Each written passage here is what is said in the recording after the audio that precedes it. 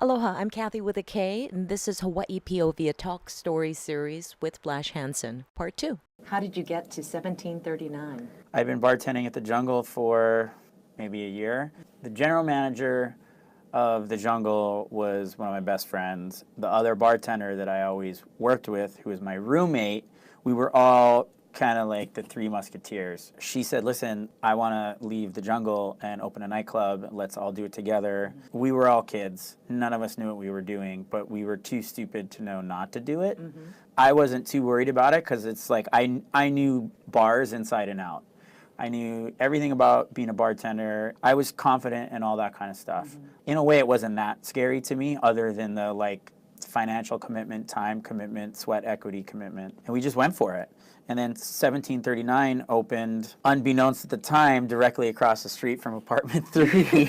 When it originally opened, was it 1739 Kalakaua or just 1739? It was Club 1739 Bar and Lounge. 2000? It was mid to late 90s. It was 96 Really? to 98. We were the first nightclub in Hawaii to have 2 rooms open at the same time. Yeah, what was the concept upon you and your partners? So the concept was, by that point, we all loved house music, but we also had an affinity for hip hop. That was obviously the golden age of hip hop. You know, me being white, the Beastie Boys were in their prime. Yeah. So, and then the Beastie Boys are like your gateway drug into, you know, just all things Everything, hip hop, yeah. and then it just, your head explodes with all this great music and all these great artists. We were the first club to have 2 rooms open at the same time, and the one room would, in general, the one room would play house music and the other room would play hip hop. Now, at that time, no clubs in Hawaii were playing hip hop on a regular basis. You would have a hip hop night, like maybe a weekly, maybe a monthly, but you couldn't go anywhere on any given night and hear hip hop, which of course, looking back now, is insane. So we said, well, we love hip hop. So we want to play hip hop 7 days a week because we want to go to somewhere that has hip hop 7 days a week. People in their early to mid 20s were not in a position to change the world at that time.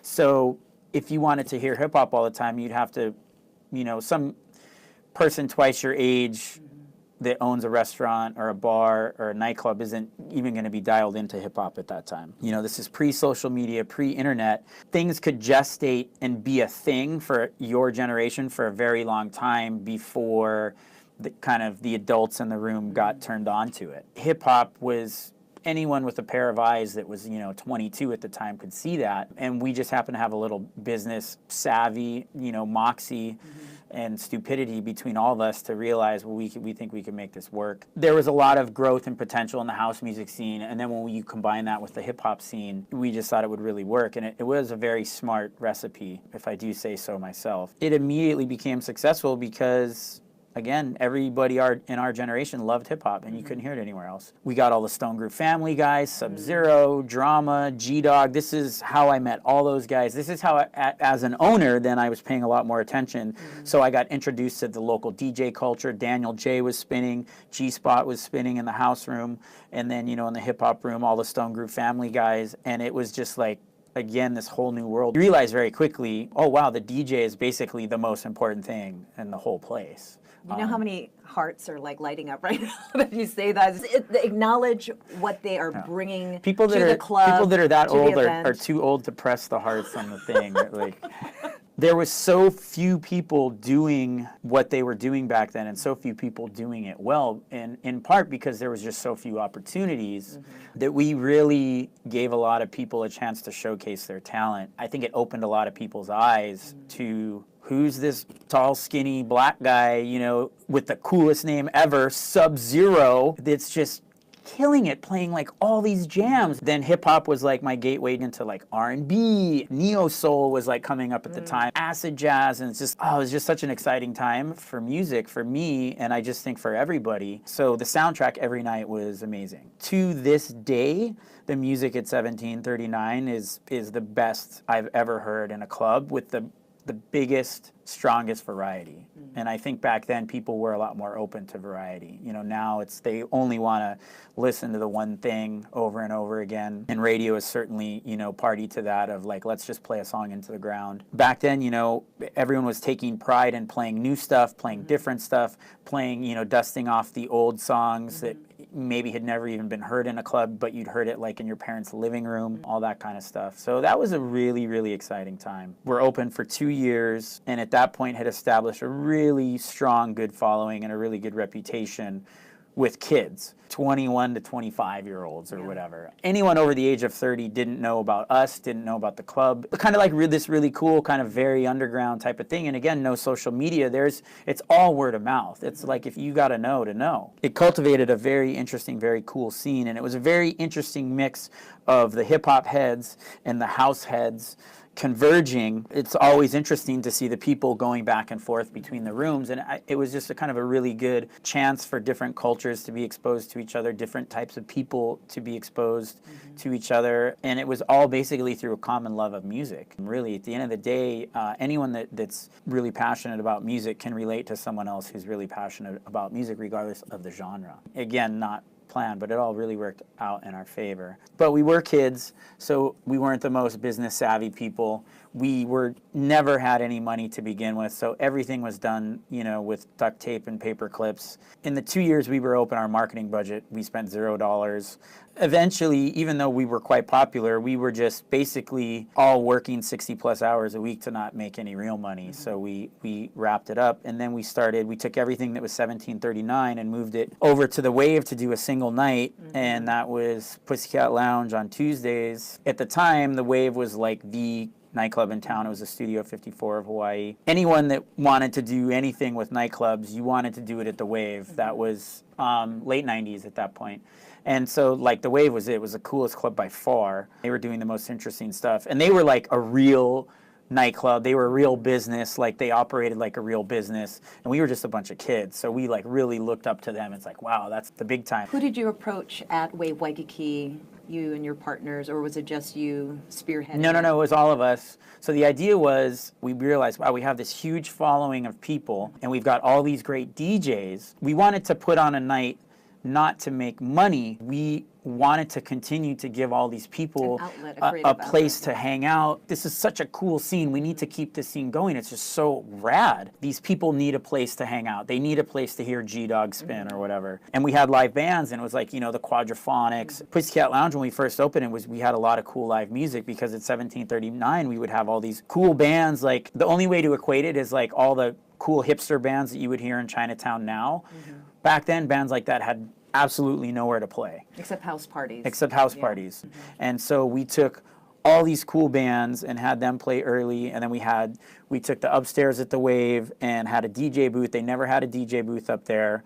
So they had this second room, and it never played a different type of music, and they didn't have a DJ booth. Like, to us, like, that's such a no-brainer. In those days, like, that's not how people were thinking. Freshened the approach of what to experience. Right. We definitely modernized their format. They were not playing hip-hop at all. No, they're rock, alt-rock. They were doing rock, their version of house music, and club music, really. There was no hip-hop on the radar there. The way we did it was, it didn't take away from any of that other stuff, because we had a whole separate room for it, and it brought in a whole new wave of people. Tuesdays, Pussycat Lounge was an immediate success. Immediate. Within 6 weeks, we took their slowest weeknight and made it their busiest. I mean, it happened like super fast. And within a year, we were doing nights where the bar would beat a Friday or a Saturday night. And that continued for a very, very, very long time. As long as we were covering our expenses, we were cool.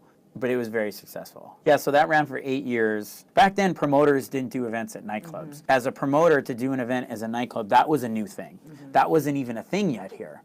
And we weren't even really calling ourselves promote. We didn't know anything. There was no labels back then. Why Pussycat Lounge? That was a name I just thought was clever. I had somehow come across something somewhere that was Pussycat something, and it was like some lesbian party in San Francisco or some lesbian party somewhere, and I was like, God, that's such a clever name. It's like cute and playful, but there's obviously like the double entendres there. So I just thought it was like a really cool name, and I knew that it's a name that you could have a lot of fun with. Again, I didn't know anything about marketing, but you just kind of inherently, I don't know the exact time frame, but I would say within, 2 months of doing it, Jack, the owner of the Wave, offered me the full-time marketing director position. Now, Shane was the marketing director for Hula's, so the company that owns the Wave, or owned the Wave, owns Hula's, which Hula's is still around. Jack Law, who still owns Hula's. Shane, the marketing director for Hula's, was basically just holding the fort down for the Wave.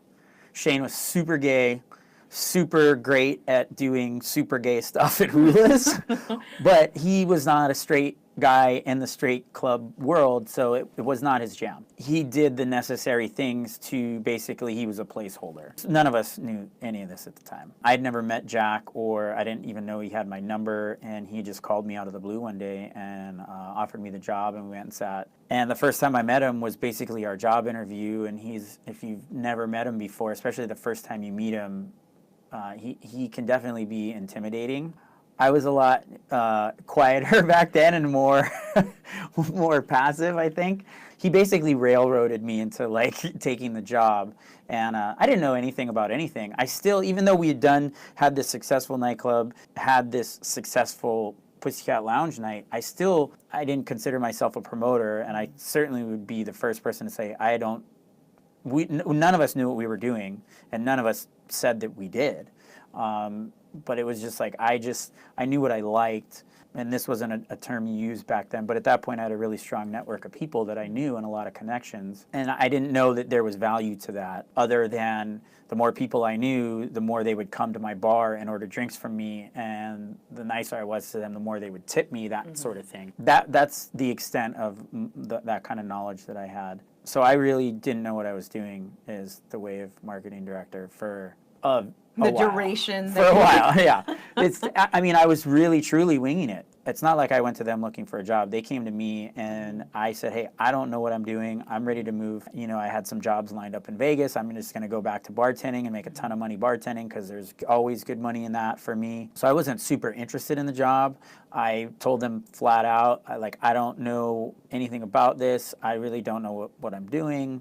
It was all very much more luck that Pussycat Lounge was busy than really anything else. And at that time, if you had the Stone Groove family as your DJs, and you had Quadraphonics as your band, and the Wave DJs, they had great house DJs, KSM and Racer X, the house DJs that we brought over, the Daniel J's and G-Spots of the world. Anyone that put that together, it was going to be successful. It was not about us. The roster of talent was bananas.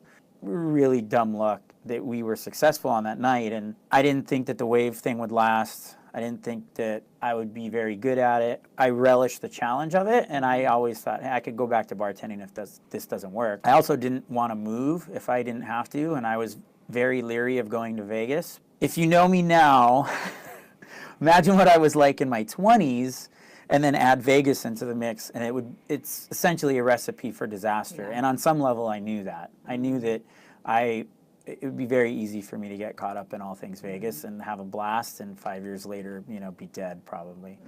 So I thought maybe this was a sign that, maybe I should not leave quite just yet. Yeah. That's where I really kind of learned basically everything I know about marketing and promotions, and I learned about radio buys, and how to plan an event ahead of time and not just wing it, how to deal with an event where you have actual money and there's forethought and planning behind it, and how to utilize the Wave had all these, there was an art department and there's a video department, deal with all the different departments and work together and put something together that could be, fun, and then you have to go out and market it.